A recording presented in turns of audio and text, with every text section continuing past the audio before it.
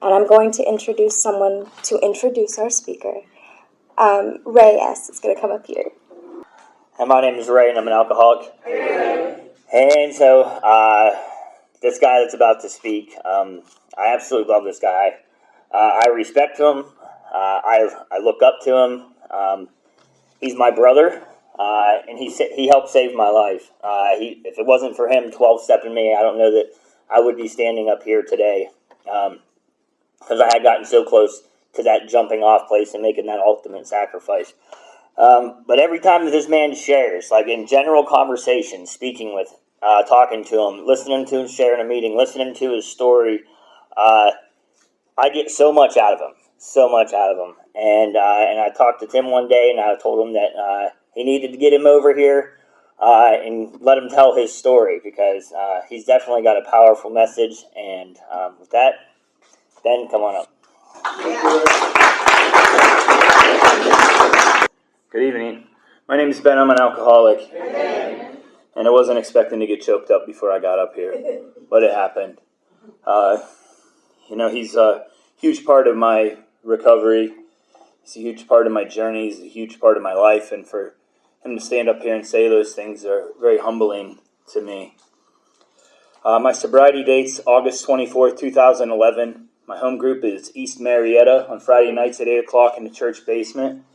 Brought some representatives of that group tonight. I have a sponsor. My sponsor knows he's my sponsor. He has a sponsor that knows he's his sponsor. And I have at least one guy I'm sponsoring in this room tonight that I'm aware of the fact that I'm his sponsor. And so it's very critical that I stay in contact and in touch with the ones that came before me and the ones that came after me. I'd like to kind of describe a little bit of what I was like. And the biggest adjective to describe me would be fear. Fear was what drove me. It drove me my whole life. At a very young age, we did a lot of bouncing around before I ever started school. Our dad was a career criminal, and we lived wherever he wasn't wanted. Or if we stayed there for a little while, it was because we were waiting for him to be released. My parents ended up divorced at a pretty early age, or at least separated. I don't know when the divorce happened. But when I was 5 years old, my mother had met another gentleman who came into our life, and he was everything that she was looking for, but he was an absolute nightmare for my brother and I. My brother and I, we have 18 months between us. So we're kind of ran in the same groups. I was 5. I think he might have been 4 at the time. And there was a lot of physical abuse that took place in the house. And that was really where the fear started to take over for me. My mom would like to leave us at home with him. And I was always terrified. Wednesday night was the scariest night of the week because it was the night that my mom wanted to go play bingo at the Elks. And I would plead with her to not go. And she would go. And my brother and I were left there with what I called a monster. And after the physical abuse was done, I don't know if he found it humorous or what he thought, but I learned to smoke out of a water bong, and I'm going to leave that part of this because I'm going to respect the third tradition. But it's important to know that the substance abuse started at a very young age. So I'm 5 years old, my brother's 4, and the substances are already introduced to us. So I'm not really sure what a normal childhood looks like. I've spent my entire life watching what you're doing so I can try to figure out how to duplicate that and to try to be something normal. So I'm not really sure what normal thinking is. I never did. I never had an opportunity to grow up like a normal child. I didn't have the luxury of exposing this disease in college. It just came at an early age. Substance abuse for me is as detrimental to my way of life. The alcoholism is just as detrimental as food and air. It was an equation. It was just part of the story. It was always there. So I never learned how to grow up. I stayed a scared little kid. I remember standing outside in the snow while my mother was away, and my brother and I were on a piece of plywood.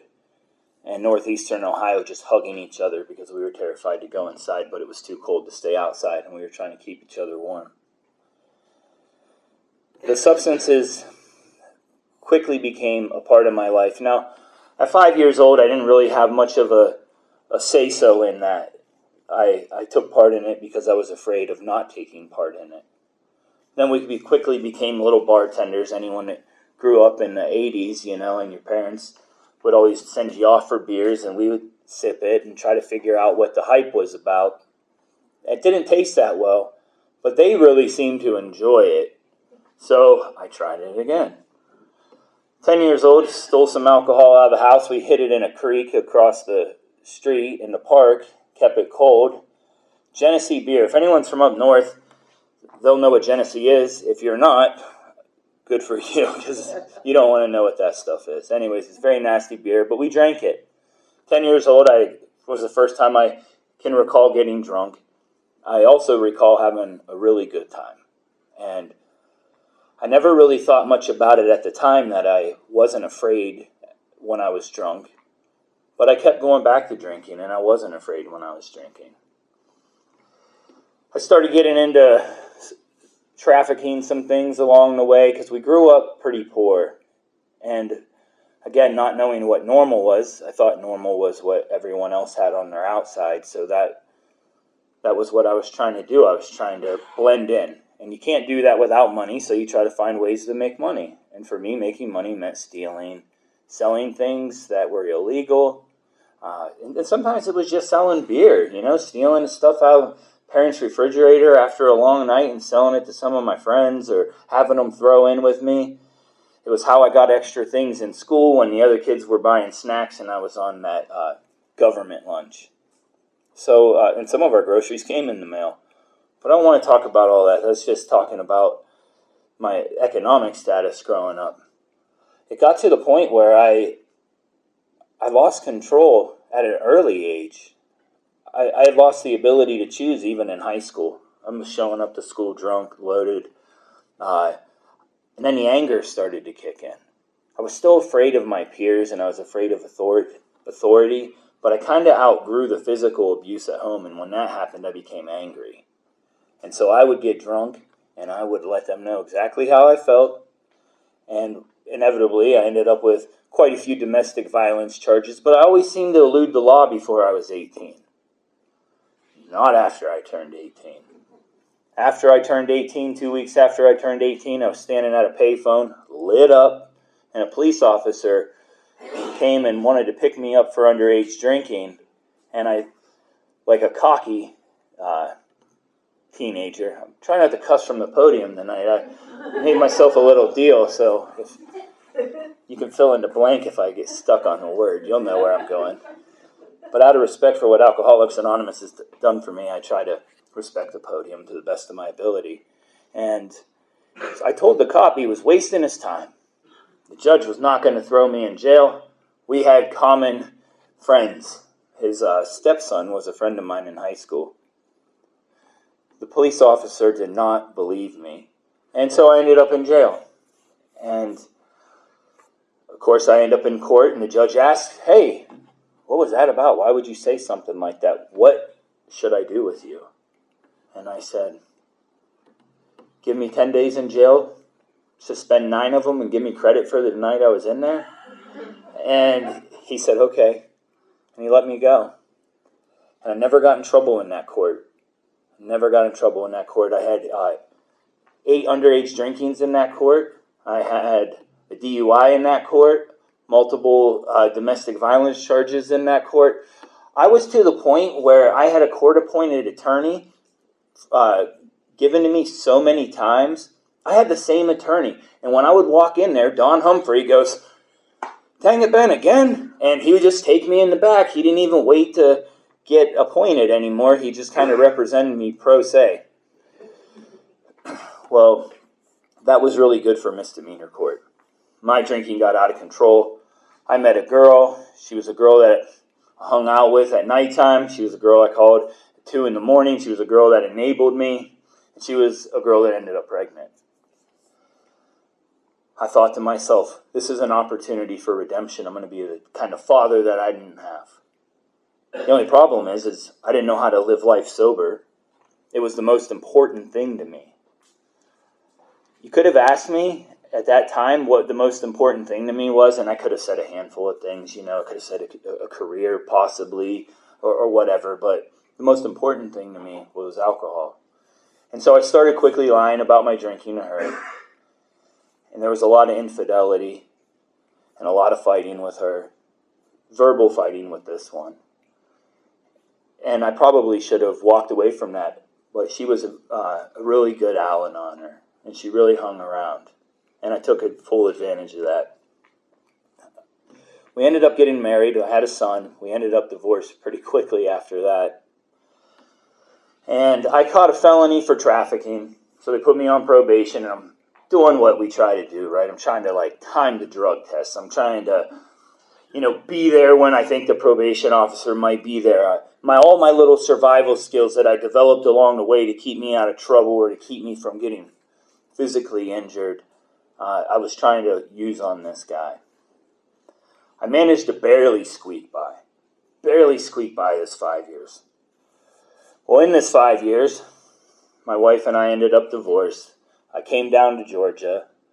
This is where my biological father was, and who didn't have a part in raising me. He would come in and out of our life, and I thought, wow, this is an opportunity for me to get to know him. And like a good alcoholic, I thought a geographical change was the cure I needed. So I came down here, I met another girl.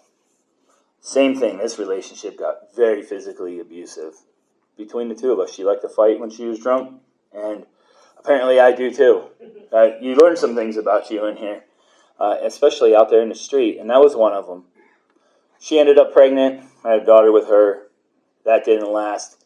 I was still on probation. She came back here. I had to stay in Ohio. I met another girl, the love of my life. She's going to save me. Met her in a bar, and we ended up having a kid too. So I got these 4 kids. I got 3 different women. My life's a mess. I can't stop drinking. I'm getting into other things. I've got this felony on me now. I'm just barely squeaking by on the probation, and I finally got off. Once those chains were released, I was like, now I can turn up. And I did. And I turned up, and I just went all out. I did all sorts of craziness. This is when the B&Es started happening. This is when everything that I could do to feed my habit started to manifest. I ended up getting arrested, got beat up by the cops. I was trying to swallow some things, and one of the stomps, one of the packages came up, and they gave me 2 more felonies for a possession and a tampering with evidence. I was in a different county. Somehow they did not realize that I had gotten in trouble and just got off felony probation in another county. So I get a court-appointed attorney. I couldn't even remember who he was. I was so lit up in court. I showed up in shorts and like a tank top. And he asked me where I came from. Did you just come from the beach or something? What the hell? What are you doing dressed like that? Well, he ended up getting me probation, and my probation officer found out that I had previous felonies, and she told me that I should be in prison. That really puts a damper on my plans. So I did what a scared little boy would do. And I called and I asked my grandma, I lied to her and told her that I was going to kill myself. My manipulation, right? I'm going to kill myself if I don't get out of here. I need to get out of here. They're trying to put me in prison, Grandma. I just need to get away. And my grandma, like she had bailed me out so many times before, came through, bought me a bus ticket, and I took off as a fugitive. So I ended up down here in Georgia because my dad had a friend in the Georgia State Patrol who said that they wouldn't extradite me in that county for those charges if I was more than 750 miles away. Atlanta, Georgia put me just outside of that, and I thought that I could be happy and successful in this bubble right down here. And for a little bit I was. My dad didn't mind that I drank. He didn't mind that I drank the way I drank. And then he did.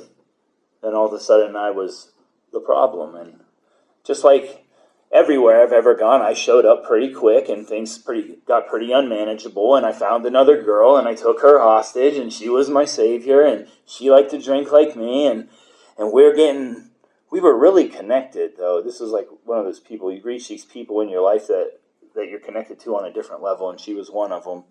And despite all of my dysfunction and her alcoholic dysfunction, there was always a little part of me that thought maybe we could be something more.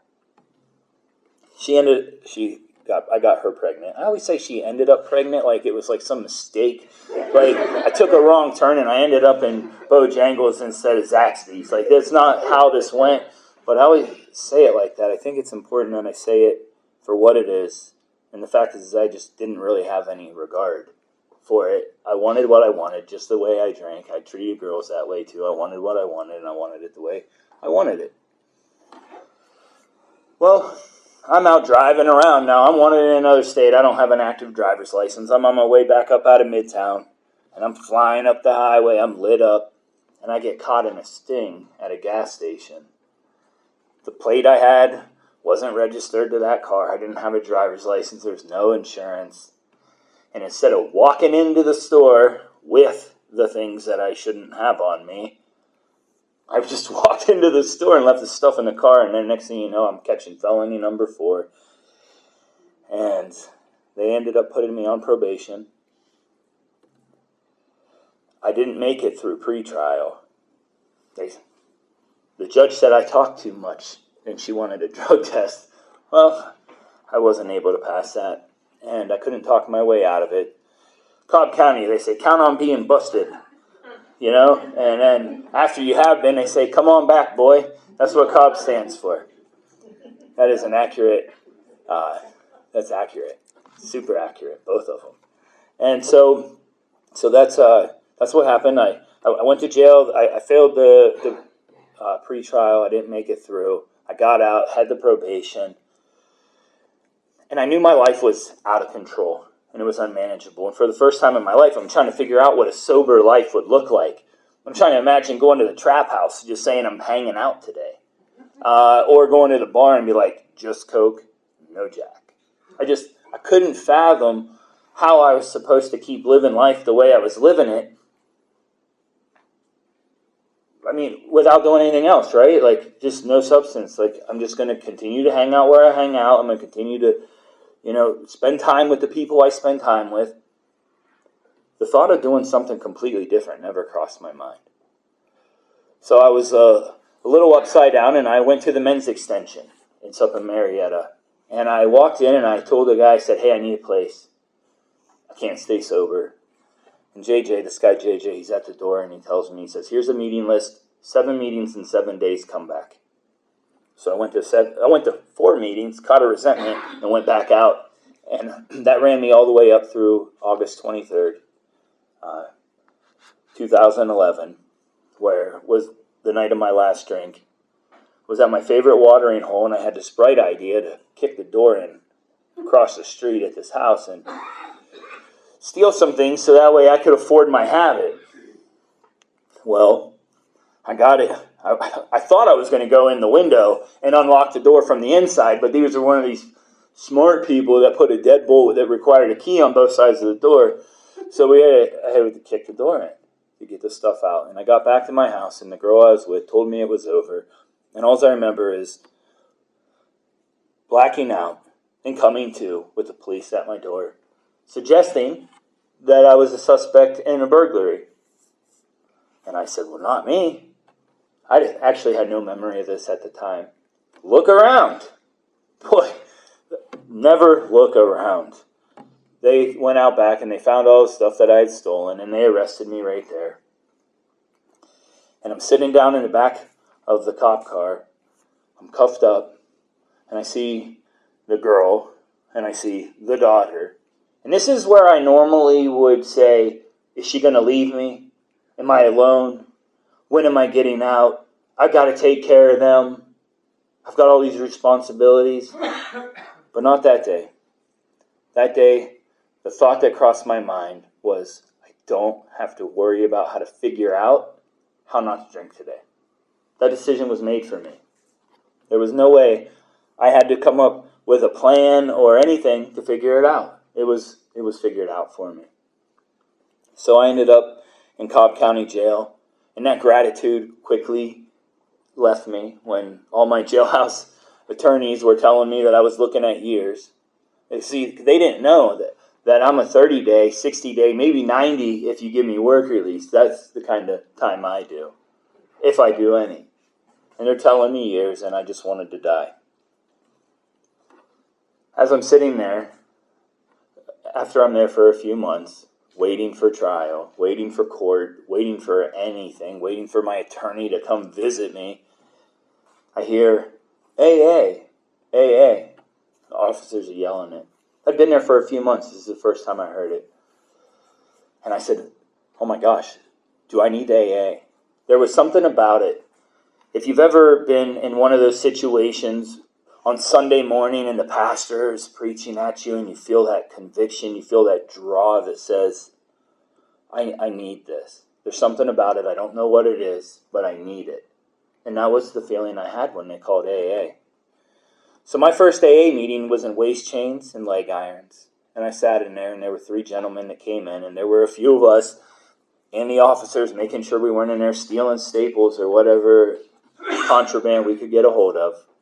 And they started leaning into this 4-step thing, and I wasn't super sure if the AA thing was for me because it had quite a few God requirements for me. But it gave me something to do, and then I thought maybe it'll look good for the judge. Well, the judge didn't care that I was going to AA in jail, so they gave me 3 years. And I was devastated. I didn't know. I was afraid because I had never been away from anyone that long. And at this point in time, pretty much everyone had bailed on me. My brother would come see me once in a while. But he's an alcoholic too, so he wasn't very reliable for visitations. The woman in my life was gone. Everybody was gone, and I never felt more alone in my life than I did at that moment. I ended up riding out. I went down through Jackson. I went through diagnostics. I managed to get through that. I ended up at a camp, and at that camp they were yelling, AA, AA. And I thought, oh man, I need to go to AA. So I get to AA there, and they're talking about pick points. And if anyone that has a Department of Corrections number here in the state of Georgia understands that it stands for performance incentive credits, and it's supposed to look good for parole. So I go in there, and they're giving out these certificates, 30-day certificates, and all this extra stuff. So my perception, my idea of what AA really wasn't accurate. But I kept coming. I ended up getting transferred out of that camp. I got to another camp. They sent me up to Hall County. They moved me to a county camp, and they did the same thing. AA, AA. And in that AA meeting is where my life started to change. There was a gentleman in there, and his name was Pat. And Pat was my first sponsor, and Pat probably means way more to my sobriety and my recovery than I do to his, right? But he was so important to me. And he was well-spoken and just put together, and he seemed like he spoke my language, and I just wanted what Pat had. So I asked Pat to take me through the steps. So we started at step 1.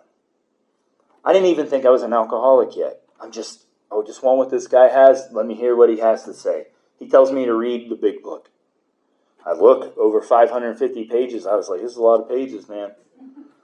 He said, read the first 164. So I did. Continued to meet up with Pat. I'm writing out my list of unmanageability, accepting my powerlessness. It was pretty obvious with where I was at that physically I was powerless and that I wasn't able to manage much from where I was at. The good news is that the unmanageability was between the right ear and the left ear, and there was nobody that could stop me from working on that. The problem was that I was having a real tough time admitting I was an alcoholic. So I went through the first 164 again, and I'm on the bottom of page 37 where the chronic jaywalker is talked about. I don't know how I missed it the first time. Maybe I didn't. But I'm reading it and I'm laughing, and as I'm laughing, the words started coming off the page. When those words started coming off the page, it was my moment. It was the moment where I knew that this is what I was. I'd never known that I was that I always was a victim until this point. I was a victim to the child abuse. I was a victim to this stuff having happened against my will in the beginning, to poverty. I was a victim to all of this. These girls that just didn't understand me. If they would just hang out and stick with me, stop bailing on me, right? That's all I knew at that point. And then all of a sudden I realized if I substituted jaywalking with alcoholism, it fit. It really fit. At that moment, I did not want to be that. I did not want to be an alcoholic. I did not want to go out and start dancing in front of trains and trolley buses and ended up to ridicule. I had already done that. Guys like me are dead or in prison. That's just the fact of the matter. And I know now that if I ever go back out that I'm signing a death certificate. If I'm lucky, it's mine. If I'm not, it's 20 years and I got to live with it. And I didn't want any of that. So I became really willing to do most of whatever it took. I was still trying to dance around the God thing. So we get through step 1. He tells me to read step 2 and 3.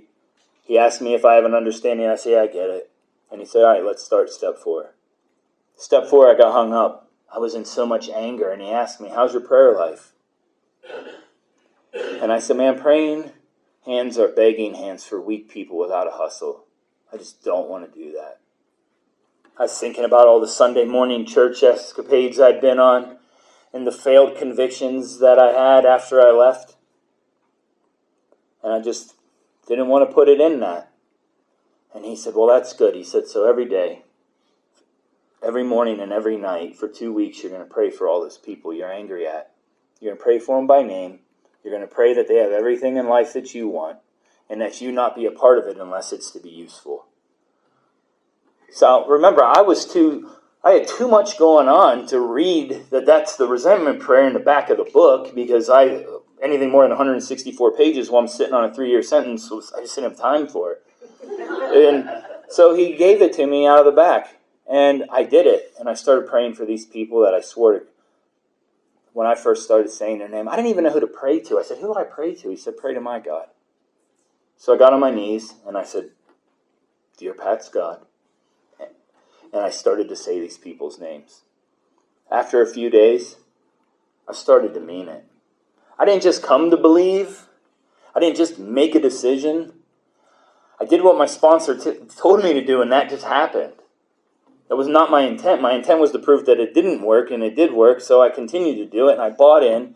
And the guys that I'm in there with, that I was making fun of in the prayer circle, that I told them Chain Gang Jesus wasn't going to save them, we're all on the recidivism list, we're all coming back. Now I'm sitting there praying with them. I shared a 4-step in that prison. I grew up 30 minutes east of Akron, Ohio, and I found AA in the Department of Corrections in Georgia. It's just amazing how it happens. I stood there and I prayed with those guys. I did a 5th step in that prison. There were some things that I didn't talk about because I was uncomfortable talking about them while I was still locked up. But I was willing to talk about them when the time was right. I got all the way to step 8. I got transferred. I had this list. Boy, I thought the 4th step was rough. When I started putting people on the list that didn't have any direct correlation with my 4th step, I was willing. I had 3 categories, the now, the later, and the never. And then I got transferred to a camp that didn't have it. When I got to that camp, they didn't have AA, and this is my first chance now without AA in my life. And they sent me out into the free world as a transitional center. And they sent me to a day labor place, and I got there and people were smoking the stuff that I smoke, and I would have been any of them. And they were drinking anything that I would have drank, which was all of it. And I got on my knees and I prayed to God and I said, send me back to prison. I'm not ready for this yet. I was not ready for that. So in my sobriety, I had an opportunity while I was there where my boss had a place that I did end up getting into a different area to work there. Wanted me to have a taste of the free world. I hadn't been in an AA meeting in like 3 months because I transferred here and there were no AA meetings there.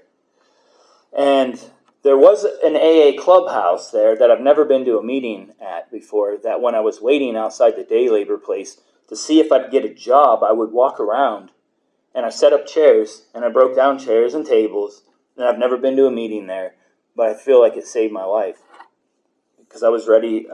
After just a little bit of hanging out with that, I hang around the barber shop too long, I'll get a haircut. And so my boss wanted to take me out just to have a taste of the free world, just for my lunch break, and he took me to his friend's house, and his friend says, "Do you want a beer?" And I said, "Yeah." How quickly I forgot.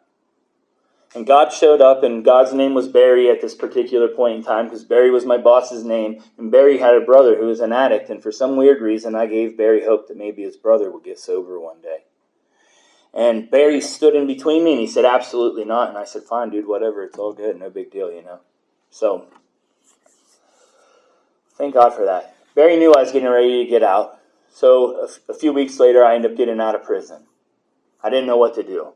I remember what it was like that first day. I was sitting outside that day labor place, and I wasn't prepared for it. So I did. So what I did was I found an AA meeting. I started going to AA meetings. I started going to the other fellowships. I wasn't sure where I fit in my recovery. And the girl that was standing at the driveway holding my child was my neighbor, my dad's neighbor. And when I got out of prison, I did what a lot of guys like to do, and that's, find a woman. And she was right there, and it was very convenient, and she was the mother to my daughter, and I thought, why not? And she asked me if I cared if she drank. And at the time I said, I don't know. Because my motive wasn't to figure that out. I had other motives. Well, she ended up going to AA. She said, "Man, if this thing's working for Ben, maybe it'll work for me." And so she went on her own journey with Alcoholics Anonymous. Her journey was so successful that I asked her if she would marry me. And she said, "Not as long as you're still wanted." I've gotten as far as step 8. Now it's wherever possible. And I'm like, why can't it just say whenever? It had to say where, which meant that I was going to have to face something that I didn't want to face. So I called the court and I said, "Hey, this is my name. I had an attorney. I don't remember his name." What was his name? So they gave me his name. I called him. I explained the situation about how I was wanted. I'd been on the run for 7 years now, and I'd like to get this taken care of. And he asked me when my sobriety date was, and I told him August 24, 2011. And he said, "All right, I'll represent you then." And it was important to him. He wanted to know I wasn't full of crap. So I made a payment plan because I didn't have a lot of money. I was just making money doing day work wherever I could. And in this time, while I'm making these payments, my brother calls me and he says, "Hey, can you help me with a job?" And I said, "What do you got to do?" And he told me, and I said, "Okay." "You need help with that?" And he said, "I can't stay sober." And I thought, all right, come get me. Now I got to remind you, I don't have a driver's license. So my brother telling me he can't stay sober. He shows up to my house drunk. And I said, "Let's go to an AA meeting." So he drove himself to his first AA meeting drunk while I was in the passenger seat sober, bless you. And that was a miracle. And I got to see him grow up in this fellowship as well. I got to see him grow up twice. I get to continue to see him grow up. And that's a real blessing. So it comes time when I got to go and face these consequences. So I fly to Ohio. Oh, we flew. Yes. And my brother went with me. We get up there. I'm spend out hide a couple days. See my folks. I haven't seen them in years. And we ride up to that courthouse, and I'm sitting in that lobby. And I'm thinking that I see my attorney. But he's just standing there. And I have this big stack of references from people in Alcoholics Anonymous, from officers that were in the prison system that thought highly of me. And he finally came over to me and he said, "What do you got?" And I gave it to him, and he walks into the back. He said, "I'll be back." My brother and I were sitting there, and I closed my eyes, and I'm just saying, God, grant me the serenity to accept the things I cannot change. God, grant me the serenity to accept the things I cannot change. If you let me out of here today, I promise you I'll never go back. If you don't let me out of here today, I'm already free. And all that fear, without alcohol, melted at my feet. And I sat there and I was more serene than I'd ever been in my life. And more okay with whatever was about to happen than I'd ever been with anything in my life. And my attorney comes out and he says, I don't know how I'm supposed to convince him to let you go. You've done nothing. But the judge is willing to let you go. But she wants to hear your story. So I walk into there. I got my brother, who's like maybe 7, 9 months, somewhere in there. He's sitting behind me. I got my attorney. I got the prosecutor. I got a probation officer. I got a bailiff. I've got a judge. And I stood there and I told the judge my story for the first time. I've got my brother behind me. I have no idea what he's doing back there. I'm paying attention to the judge. And the judge got down and she walked around in front and she shook my hand and said, you're in less than 2% of offenders. And they let me go. And I walked out of there free. I still had some misdemeanor charges in another county, and I was high on freedom. I said, let's do them. So we went and we did them. And we paid the restitution that needed to be paid. And I'm over $30,000 behind on child support at the time. And I walked in child support, and I said, I'm behind on child support. I told them who I was. And I set up payment arrangements, and they released my driver's license. I flew back to Georgia, and then 3 weeks later, I flew back to Ohio, and I got to take one of my daughters up there to her first daddy-daughter dance.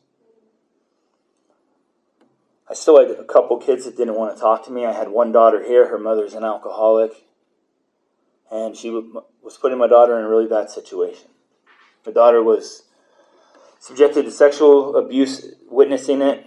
She was subjected to the physical abuse, because this is the mom that likes to get drunk and fight with me. She likes to apparently do that with other men. And my daughter was traumatized. And I didn't know what to do, but I told her I'd fight for her. I'm much better at fighting for you than I am for myself, I'll be honest with you. That's still a case. That's still today. The only difference today is that fear that lives inside of me has a name. And that name is Little Ben. Because Little Ben was terrified and never had a chance to grow up and learn how to defend himself. And so I'm trying to learn how to do that today. But that little girl needed me. She didn't need Little Ben. And so I walked into court and I filed legitimation papers. Emergency legitimation papers. And they gave me this stack and I said, oh my God, what do I fill out? And he said, I can't tell you what to fill out. But I can tell you what you don't need to fill out. And he left me out of a stack of like 100 pages. He left me like 5. And I filled them out and I got on a court docket. And I got legitimized, and then I immediately filed for emergency custody of my daughter. And I walked into a judge, and the judge says, what's wrong, sir? And I said, my daughter's in a bad situation. I'm a man, and I just don't think you're going to see it in favor of me. And he said, I don't know a judge in Cobb County that would see it that way. And he gave me emergency custody of my daughter right then and there. My daughter's in Richmond, Virginia, where her mother took off with her, but she hadn't been gone long enough to lose jurisdiction, for Georgia to lose jurisdiction on her. And I drove to Richmond, Virginia. I went to go rent a car. I had a credit card with a $300 limit. It's the only credit card I had. And I went in and I put that credit card down and I said, I don't know if it'll work. Can you try it? And they tried it and they said, nope, you're all good. And they gave me that car. And I said, man, what just happened? I don't know what happened. I got to get going. Later on that night, I found out my credit card increased $2,000 that day. Just out of nowhere. Perfect timing. And I drove up there and I called Richmond City police officers and they came outside and I'm surrounded by cops and for the first time in my life, they're not there for me. This is literally the first time they're not there for me. Because I don't like to get arrested by one cop. I like to make it a show. And they were there and they walked in and they said, you are not going in, we will. And they went up there and they pulled my daughter. And she came out of that hotel room and she looked at me and she said, thank you. And her and I, we drove home that night. And she's been at my house ever since. And that lady that went off on her AA journey, the same one that was holding my daughter at the top of the driveway, married me. And we raised that daughter as she's our own. I didn't know how to be a dad before I got here. I didn't know how to do anything. I knew how to be afraid. I knew how to mask it. I knew how to blend in. I knew how to do whatever it is that I thought you thought I needed to do to appear normal. I do have a young daughter, 13. She does not know an alcoholic dad. But the rest of them do. I've abandoned them all at one point, and I needed to make things right with them. But I had to wait. So the first thing I did was I made an amends to my ex-wife. And then she used me as a financial institution for a while, until I learned my lesson. And one day, out of the blue, my daughter wants to meet up with me, my oldest daughter. So we did. And I met up with her right after I reached 7 years sober. And I was sitting in a Texas Roadhouse in Boardman, Ohio, and I gave her that medallion. And every August 24th, she sends me a picture of that medallion. 2 years ago,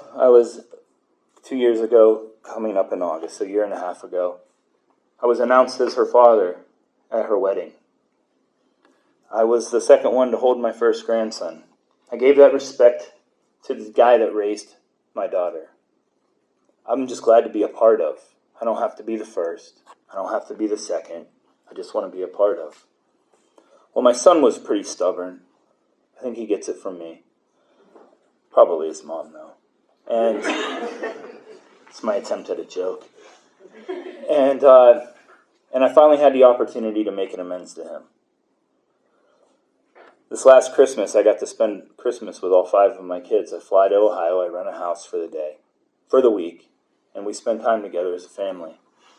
I've got four mothers to my 5 children, and those kids get in together, and they just blend. And it's just been a real miracle and a blessing for me to be a part of that. I do know that I'm running out of time here, but I do want to just talk for a minute, if that's okay, about what I do for a living now. What do I do today? Well, I wasn't really sure what to do because I'm a 5-time convicted felon, but I'm also a skilled tradesman that works in houses. And I like to kick doors in when I'm drinking or when I'm trying to feed the habit.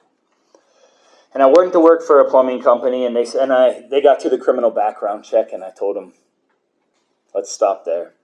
It's very colorful. And they said they were a company of second chances. They gave me a chance. And I went and I fought for my license with the Secretary of State, and I won. And they gave me my license. They put me on probation, and they said I have 2 years. After 2 years, you can appeal it.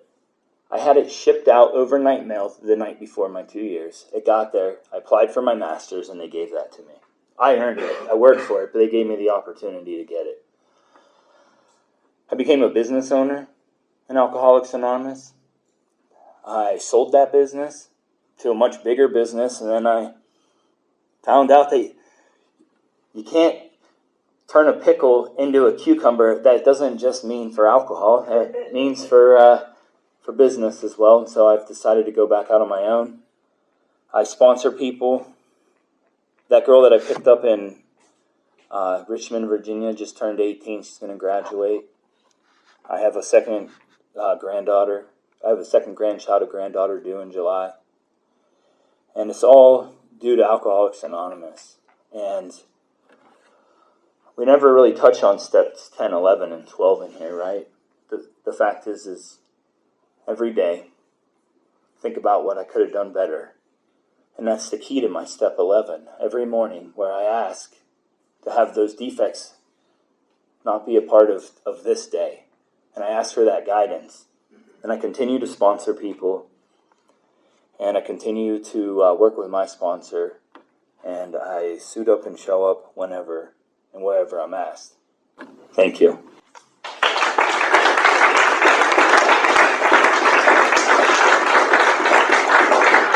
Let's hear it for the Pats and the Berries and the Bens. And I'm Tim, I'm an alcoholic, and I just wanted to thank Ben for coming. He substituted last minute. Really appreciate the effort that you had to go through to come in early. I did the same thing to his brother Ray. I met Ray at the Rock about 5 or 6 years ago, maybe even longer. Yeah, 7. 8 years ago, something like that. He was supposed to come in a couple of months. I called him the day I got back from the Rock and said, "Can you be here Monday?" And he came and he knocked the ball out of the park like you did, Ben. Thank you to the Stickney family. First I slept and then I crept to a hope-filled dream. You rescued me and finally waking there I see. I look into love's window for a soul that's meant for me. Takes me where the promises are real.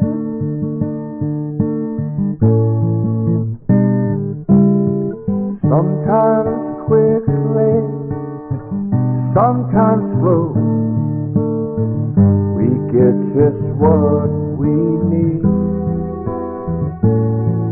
On a broad highway, stride for stride, we walk eternally. I look into love's window for a heart that beats for me. Takes me where the promises are real.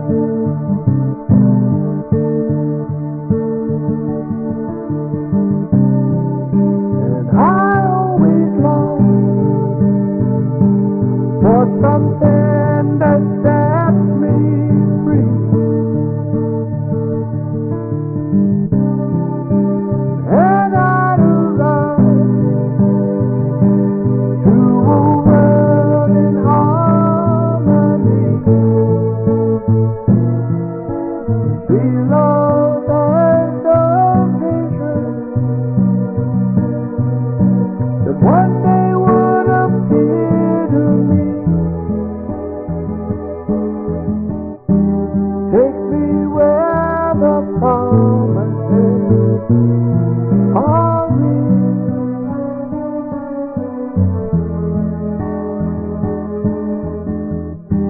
Take me where the promises